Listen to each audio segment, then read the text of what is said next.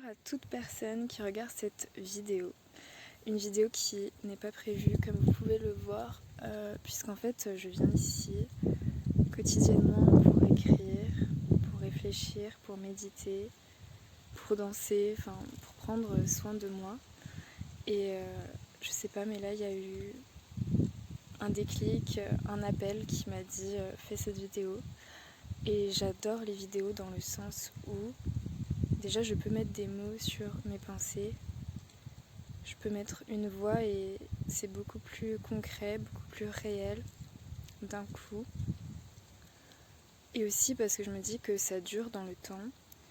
Et actuellement je suis dans un moment d'éveil, dans un moment qui me fait beaucoup de bien et qui me fait beaucoup grandir à la fois.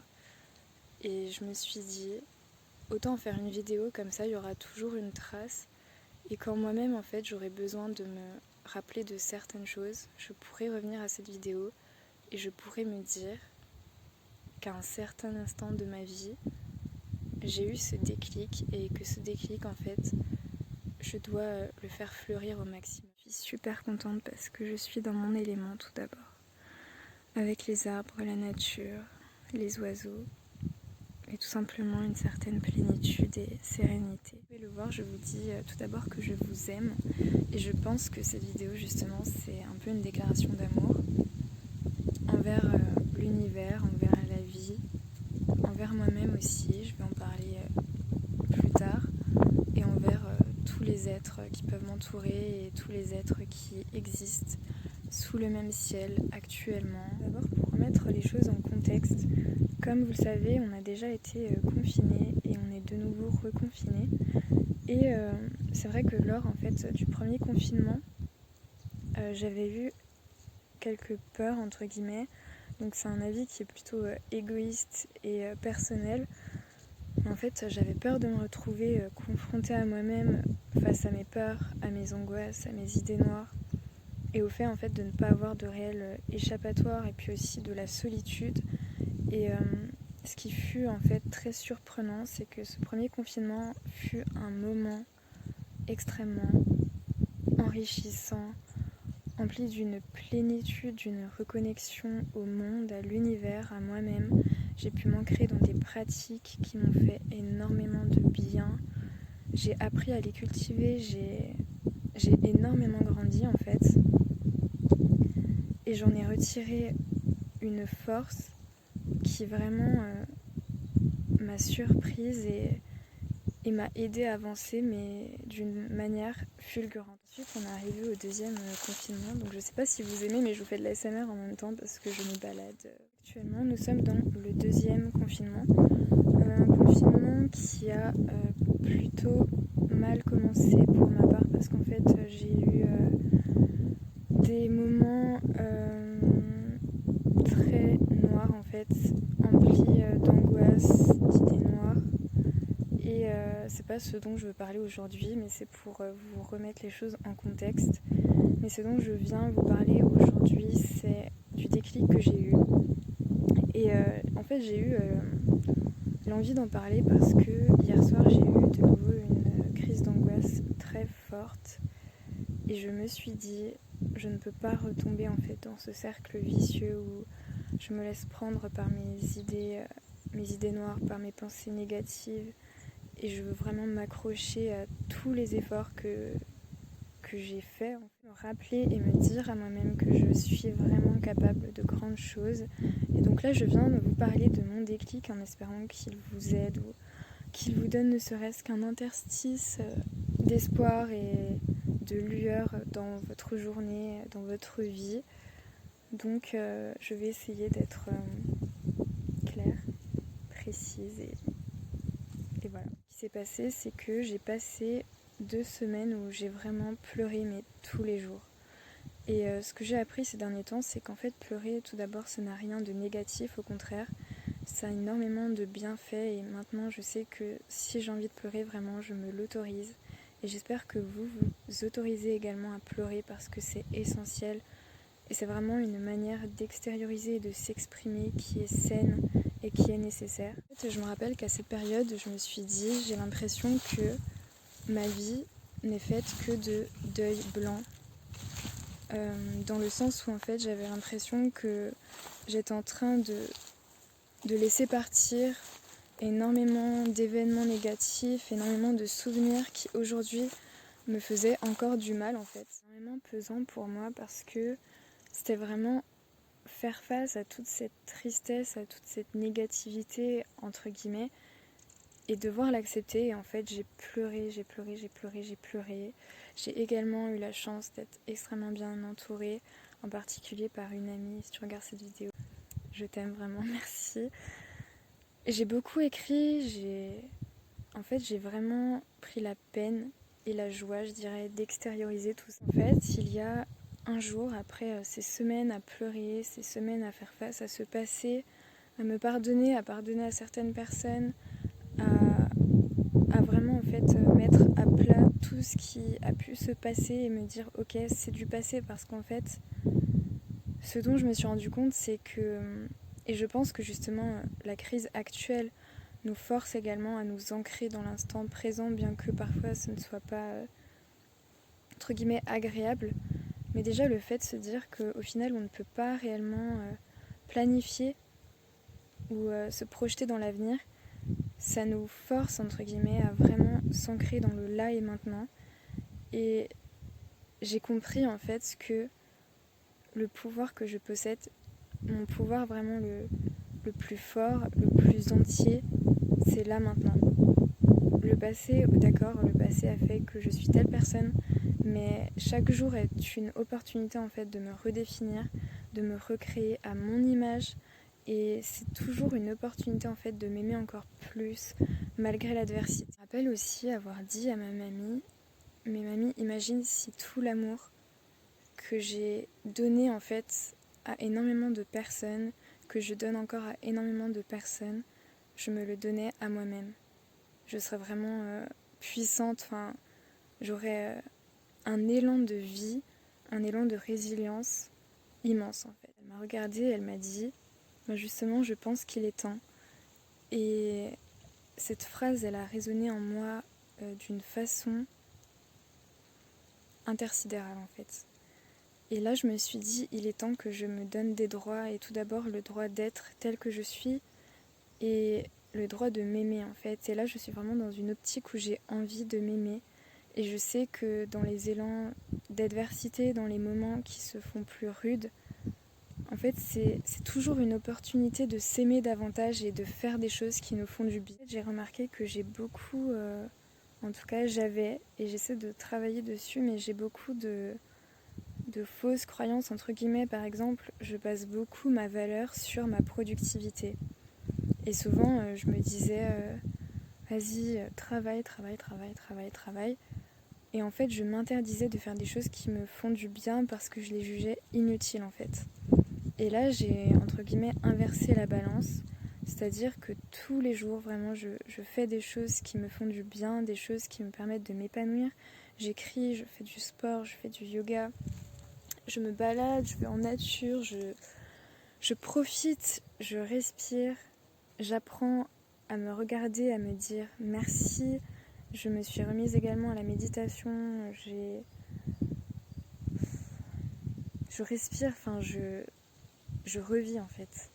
Et je sais que ça peut sonner tellement cliché ou bizarre pour certaines personnes, mais en fait même ça, je n'en ai plus rien à faire, dans le sens qu'en fait ça n'a pas besoin en fait d'avoir du sens pour quelqu'un d'autre, du temps que ça en a pour moi, et du temps que je respecte autrui, du temps que je ne blesse personne. En fait j'ai le droit de vivre selon mes envies, selon qui je suis, selon mes aspirations, selon mes rêves, selon mes croyances. Et ça c'est quelque chose d'extrêmement libérateur en fait. Parlant de quelque chose qui est pleinement libérateur, c'est le détachement. C'est quelque chose que j'essaie en fait de pratiquer au mieux, si je puis dire. Mais c'est vraiment me détacher, parce que selon moi le détachement c'est vraiment le pilier de notre liberté. Dans le sens où, tout d'abord, je n'ai pas à me définir selon le regard des autres. Et c'est quelque chose qu'on m'a énormément répété, et je le reconnaissais.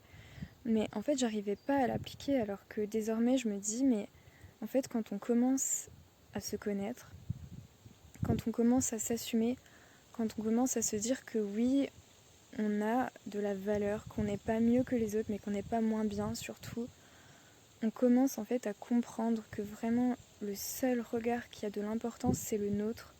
Et c'est pour ça que je veux pleinement cultiver en fait cette relation avec moi-même. Et actuellement, je suis dans une phase où j'ai énormément besoin de solitude pour me retrouver, pour apprendre à me reconnaître, apprendre à me connaître et apprendre à me créer de plus en plus tous les jours, à cultiver qui je suis et ce que j'aspire à être. Récemment, je me suis fait une réflexion qui était de me dire comment en fait j'ai pu attendre, comment j'ai pu exiger d'autrui un amour incommensurable à mon égard quand moi-même en fait je n'étais pas à même de m'aimer telle que je suis et de m'aimer pleinement. Et je sais qu'on répète souvent qu'il est important de s'aimer soi, etc. Et avant, je me disais, oui, d'accord, mais tout le monde dit ça et au final, est-ce que ça a réellement une réelle utilité ou effectivité, si je puis dire?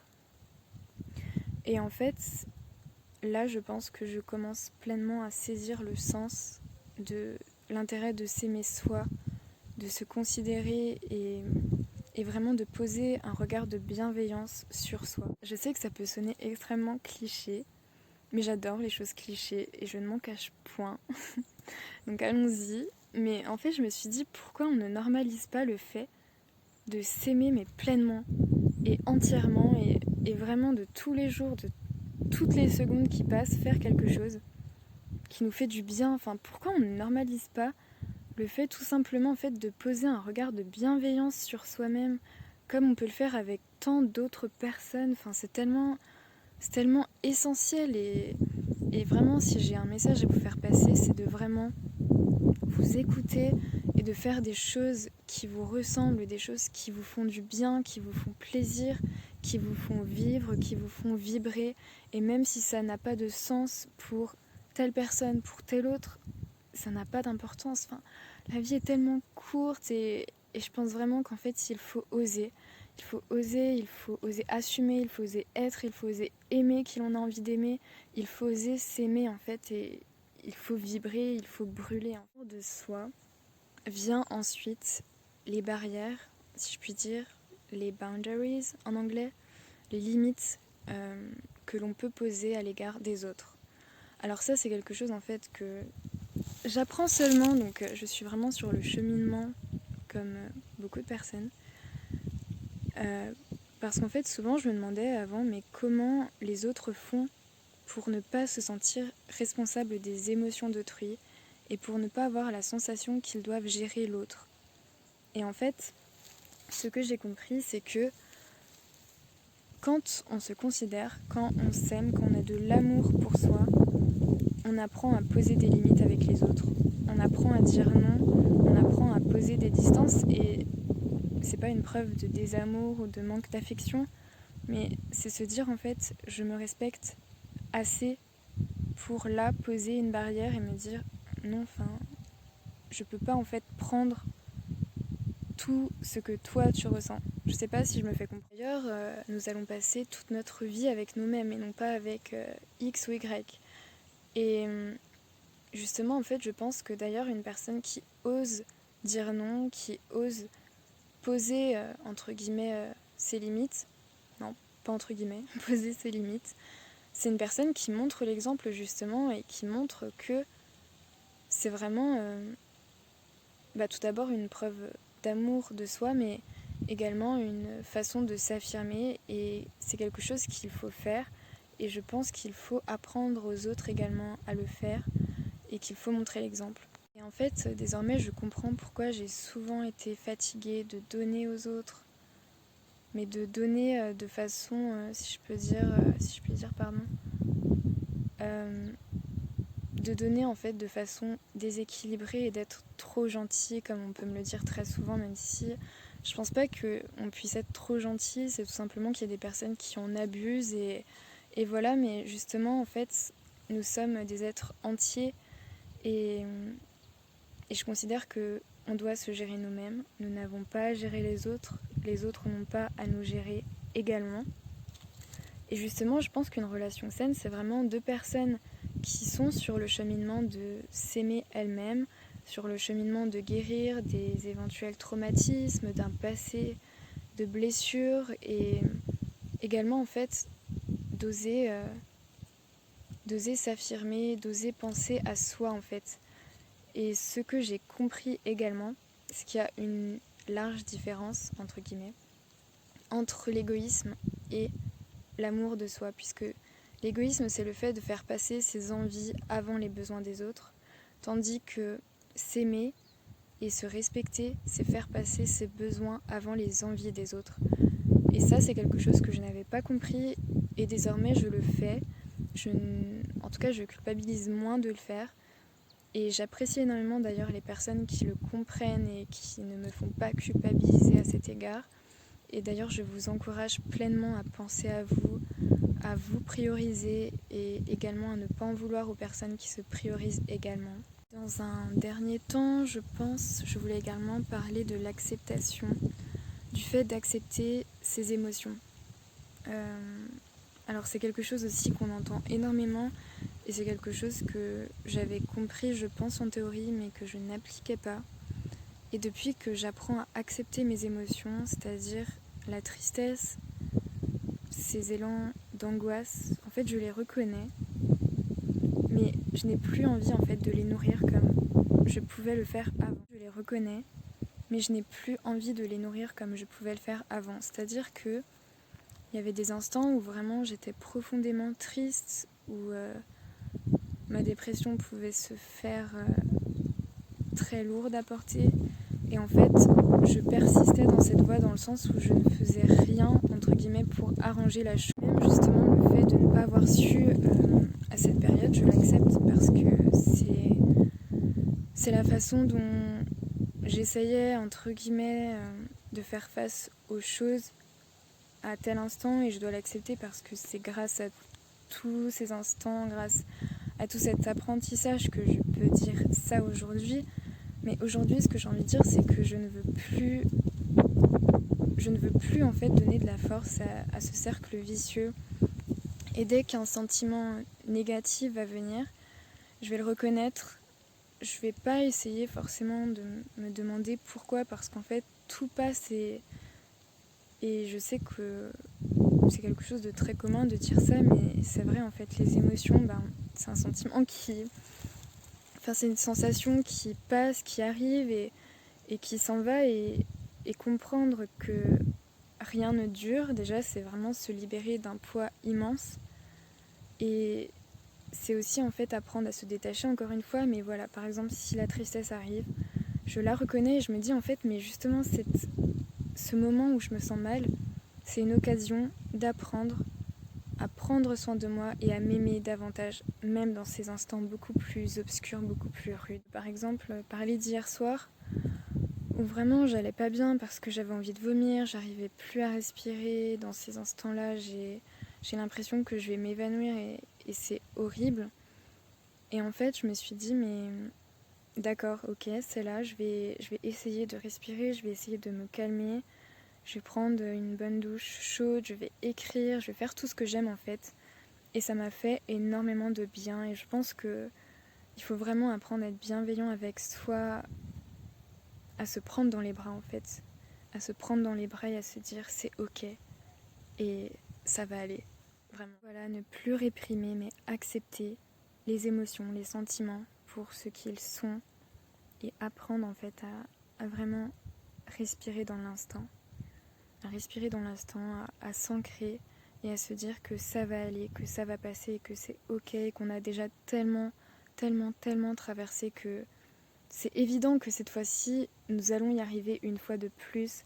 Et c'est évident que toutes ces petites épreuves, plus ou moins grandes, vont nous faire grandir, vont nous faire fleurir vers notre plus grande, entre guillemets, version de nous-mêmes. Je pense que c'est également très essentiel de s'entourer en fait des personnes qui nous font nous sentir bien, des personnes qui nous respectent, des personnes qui ne nous font pas nous sentir illégitimes, ou qui ne nous font pas nous sentir petits, petites, mais des personnes qui savent voir la grandeur en nous, même dans les moments les plus rudes où nous-mêmes nous n'avons pas la force de nous dire que nous sommes capables, que nous sommes importants, que nous sommes des êtres entiers, que nous sommes des êtres incroyables et que tout est possible.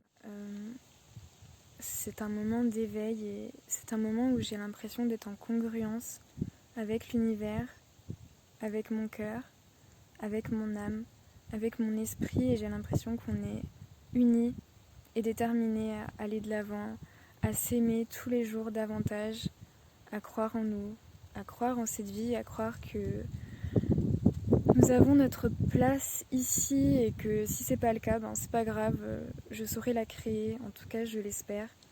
Et je suis emplie en fait de cette lumière, de cette vie et de cet élan de vie. Et j'espère que vous aussi, j'espère que vous savez reconnaître à quel point vous êtes important, à quel point vous êtes capable et à quel point chaque être humain ici vraiment a sa place et chaque être humain est empli d'une force et d'une résilience incommensurables. Et chaque être humain a de l'amour à diffuser et comprendre qu'on est tous uniques et qu'on est tous légitimes d'être où nous sommes, qui nous sommes, et croire aussi au fait que tout s'aligne et que tout finit par s'aligner, et croire au fait que tout est possible et que si on est là c'est pour une raison et peut-être qu'il n'y a même pas de raison et puis c'est pas grave parce qu'en fait il y a énormément de belles choses et il y a énormément de moments à vivre et je pense qu'il est temps d'aimer, il est temps de vivre, il est temps de dire merci, d'être rempli de gratitude et il est temps d'y croire et il est temps. Il est temps. En tout cas, je vous remercie du fond du cœur si vous m'avez écouté, si vous avez pris le temps, vous aussi, de penser à vous et de vous aimer aujourd'hui. Donc j'espère que, à l'heure où je dis ces mots, vous aurez l'envie de faire quelque chose pour vous, de vous prendre dans les bras et de respirer dans l'instant et de recevoir toutes ces ondes que je vous envoie et toutes ces ondes de gratitude, toutes ces ondes d'amour, parce que je vous en envoie en pléthore et j'espère sincèrement que tout finira par s'aligner pour vous. Et on chemine ensemble, ça peut prendre du temps, des larmes peuvent couler, mais comme je le dis, j'ai sincèrement l'impression que toutes ces larmes qui coulent sont des canaux pour quelque chose de plus beau, pour quelque chose de plus grand. Et voilà, quand je suis là comme ça en pleine nature et en fait, j'ai l'impression que tout est à sa place et que je suis à ma place et j'ai besoin de rien d'autre. Tout est là en fait. Tout est déjà là et j'espère que vous savez le voir vous aussi. Et je vous envoie beaucoup d'amour. Je vous aime et merci infiniment. Bisous. Je suis un être plein et entier. Je suis en sécurité. Je suis à la hauteur. Je suis digne de tous les bienfaits, de tout l'amour de l'univers. Je suis fidèle à mon âme et non plus esclave de mon ego.